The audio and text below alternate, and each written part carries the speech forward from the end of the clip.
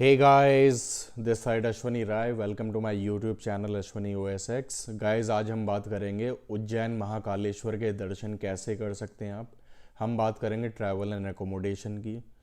ठीक है, आप कैसे ट्रैवल कर सकते हैं, कहाँ रुक सकते हैं, और दर्शन जो सबसे मेन है, कौन कौन से प्रसिद्ध मंदिर हैं जहाँ के दर्शन आपको उज्जैन में करने होते हैं अपार्ट फ्रॉम महाकालेश्वर, जो कि एक ज्योतिर्लिंग है 12 ज्योतिर्लिंगों में से।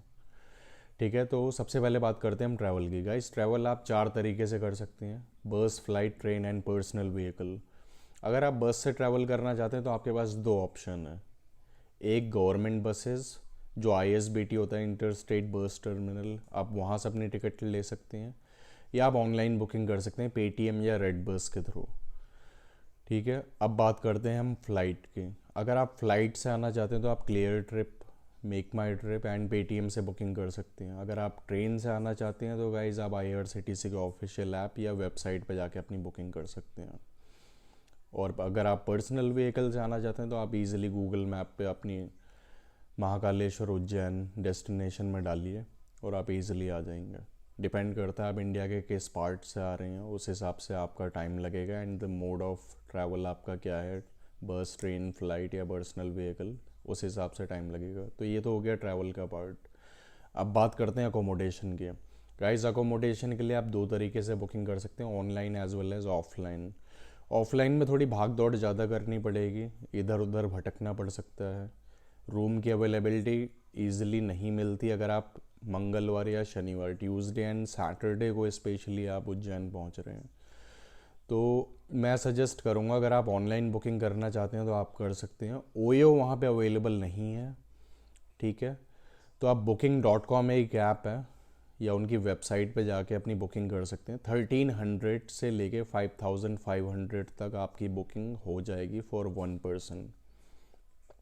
अगर आप ग्रुप में ट्रैवल कर रहे हैं, फैमिली के साथ आ रहे हैं, तो accordingly number of guest select करके अपनी बुकिंग कर सकते हैं। ये तो हो गया ऑनलाइन पार्ट।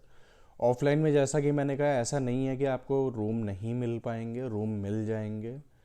ठीक है, अगर आप बैचलर हैं, अकेले ट्रैवल कर रहे हैं, तो गाइज होम स्टे का ऑप्शन है वहाँ पे। 400 रुपीज़ से शुरुआत है। और आपके पास और ऑप्शन है लाइक लॉन्ज एंड होटल्स के। गाइस, जिस लॉन्ज में मैं रुका था वहाँ का प्राइस था 800 रुपीज़, 800 रुपये। ठीक है, तो 400 होम स्टे का है, लॉन्ज का प्राइस 800 के आसपास होना चाहिए, कम भी हो सकता है, 100-200 रुपये ज़्यादा भी हो सकता है। ये मैं बैचलर सिंगल पर्सन के लिए बता रहा हूँ।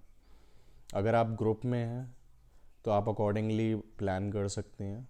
अच्छा, वहाँ पे कई सारे ऐसे ऑप्शन भी हैं, होटल्स या लॉन्ज वाले जो है बैचलर को रूम नहीं देते, तो आप होम स्टे कर सकते हैं। होम स्टे में आपको रूम मिल जाना चाहिए। बट जो भी है, अकोमोडेशन में बहुत ज़्यादा आपको टेंशन लेने की ज़रूरत नहीं है, अकोमोडेशन मिल जाएगा। थोड़ी बहुत भाग दौड़ करनी पड़ेगी, इधर उधर पता करना पड़ेगा। अगर आप इससे बचना चाहते हैं तो ऑनलाइन बुकिंग कर लीजिए। जैसे कि मैंने कहा, 1300 से 5500 में रूम अवेलेबल हैं। booking.com ऐप है। अगर आप किसी और ऐप से बुकिंग करना चाहते हैं तो आप कर सकते हैं। आप देख सकते हैं क्या प्राइस है उस ऐप में, उस हिसाब से आप अपनी बुकिंग कर सकते हैं। तो गाइज, ये तो हो गया ट्रैवल एंड अकोमोडेशन का पार्ट। अब बात करते हैं उज्जैन हम जाते क्यों हैं, जो मेन पॉइंट है। तो गाइज, सबको पता होगा उज्जैन में महाकाल भोलेनाथ शिव जी का ज्योतिर्लिंग है। इंडिया में 12 सेक्रेट ऐसे ज्योतिर्लिंग हैं, ऐसे पवित्र ज्योतिर्लिंग हैं। उनमें से एक है उज्जैन का ज्योतिर्लिंग महाकालेश्वर। ठीक है, और ये तो हो गया ज्योतिर्लिंग की बात। 84 महादेव के मंदिर हैं उज्जैन में। ठीक है, 84 महादेव के मंदिर हैं उज्जैन में, और एक ज्योतिर्लिंग है। और 13 टेम्पल्स, 13 मंदिर वहाँ पे फेमस हैं, प्रसिद्ध हैं, जिनके दर्शन आपको करने ही करने चाहिए अपार्ट फ्रॉम ज्योतिर्लिंग के दर्शन। तो गाइस, मैं बात करना चाहूँगा, ये जो 13 मंदिर हैं इनके बारे में मैं इनके आपको नाम बताना चाहूँगा। तो 7 मंदिर शहर के बाहर हैं और 6 मंदिर शहर के अंदर हैं। मैं आपको नाम बताना चाहूँगा जो शहर के बाहर मंदिर हैं। उनमें से गाइस एक मंदिर का आपको ध्यान रखना है, जो है काल भैरव का मंदिर। जब भी आप ज्योतिर्लिंग के दर्शन करना चाहते हैं, उसके पहले आप मेक श्योर करिए कि आप काल भैरव के दर्शन जरूर करें। काल भैरव का मंदिर इन्हीं 6 मंदिरों में से एक है जो शहर के बाहर हैं, और 7 मंदिर शहर के अंदर हैं। तो गाइस, शहर के बाहर के कौन कौन से मंदिर हैं अपार्ट फ्रॉम काल भैरव मंदिर? श्री गढ़कालिका माता, श्री भूर्तहरि गुफा, श्री सिद्धवट मंदिर, श्री काल भैरव मंदिर जिसके बारे में मैं बता चुका हूँ, श्री मंगलनाथ मंदिर, और श्री सांदीपनी आश्रम। ठीक है गाइज, ये हैं शहर के बाहर के मंदिर। पहले आप इनके दर्शन कीजिए। 500 रुपीज़, 500 रुपये लेते हैं ऑटो वाले इन सारे मंदिरों के दर्शन कराने के लिए। अगर आप ग्रुप में हैं तो ऑब्वियसली किराया बढ़ जाएगा, फेयर डिस्ट्रीब्यूट हो जाएगा, तो आप अकॉर्डिंगली प्लान कर लीजिएगा। अब गाइस बात करते हैं शहर के अंदर के मंदिर के। सबसे पहला तो ज्योतिर्लिंग है हमारा, श्री महाकालेश्वर मंदिर। फिर हैं श्री बड़े गणेश मंदिर, फिर श्री हरसिद्धि मंदिर, श्री राम मंदिर, श्री चार धाम मंदिर, शिप्रा नदी जिसको राम घाट भी बोलते हैं, और एक है राजा विक्रमादित्य जो सम्राट विक्रमादित्य भी बोलते हैं, उनका मंदिर है उज्जैन में। ठीक है, ये 7 मंदिर शहर के अंदर ही हैं। तो पहले 6 मंदिरों के दर्शन शहर के बाहर कीजिए, उसके बाद इन 7 मंदिर के दर्शन शहर के अंदर कीजिए। और जिस दौरान आप दर्शन करने के लिए शहर के बाहर या अंदर जाएंगे, आपको और भी मंदिर मिलेंगे जो इस लिस्ट में नहीं है। इन 13 मंदिर में आप उनके दर्शन भी कर सकते हैं।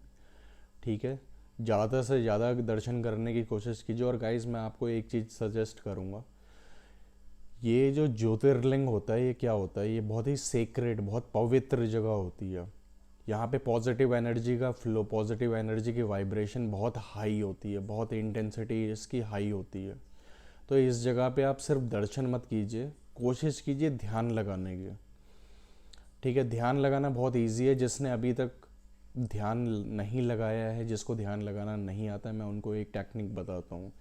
2 मिनट तक जिस भी भगवान के सामने आप बैठे हैं उनको देखिए ध्यान से, और कुछ भी मत सोचिए। उसके बाद अपनी आंखें बंद कर लीजिए और विजुलाइज कीजिए भगवान को। उसके बाद अलग अलग तरह के थॉट्स आने शुरू हो जाएंगे आपके अंदर, और आपका ध्यान और इंटेंस होता चला जाएगा। गाइस, इन जगह पे पॉजिटिव एनर्जी का फ्लो बहुत ज़्यादा होता है, इसलिए ध्यान लगाइए। ध्यान में अपनी मन्नत, जो मनोकामना है, उसके बारे में भगवान को बोलिए। ठीक है, मैसेज दीजिए भगवान को, यूनिवर्स को, कि मैं ये इस काम के लिए यहाँ आया हूँ, आपके दर्शन करने आया हूँ, उसको पूरा कीजिए।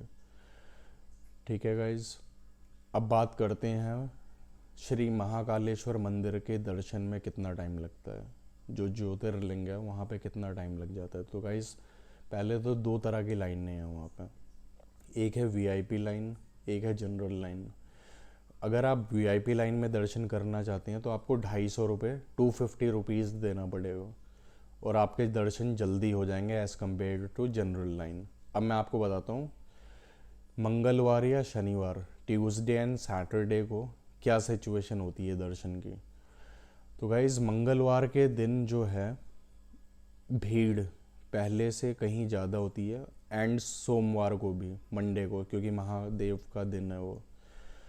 तो आप चाहें तो वीआईपी लाइन में भी दर्शन कर सकते हैं। ये आपका एक तरीका होगा मंदिर के लिए कंट्रीब्यूट करने का। वो जो 250 रुपये हैं आप देते हैं हम दर्शन के लिए, उससे मंदिर के निर्माण कार्य में सहयोग होता है। ठीक है, अगर आप जनरल लाइन में दर्शन करना चाहते हैं, आप ईज़िली कर सकते हैं, आपको आधे से 1 घंटा लग सकता है। ठीक है, ये मैं मंगलवार या शनिवार का बता रहा हूँ, एज वेल एज सोमवार, मंडे का। ठीक है, नॉर्मल डेज में apart from Monday, Tuesday and Saturday, अगर आप किसी और दिन दर्शन करने गए हैं तो आपको बहुत ज़्यादा टाइम नहीं लगता।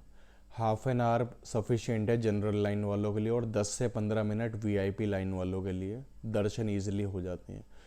अच्छा गाइज, एक इम्पॉर्टेंट बात, आपको सेल फ़ोन ले जाना मना है। महाकाल के जब भी आप दर्शन करने जाएंगे, आपको सेल फ़ोन डिपॉजिट करना होता है, और किसी भी तरह का नशीला पदार्थ लाइक सिगरेट, बीड़ी, तंबाकू, ये सब ले जाना मना है। आपको ये सब जो है पहले से ही कहीं जमा कर देना है।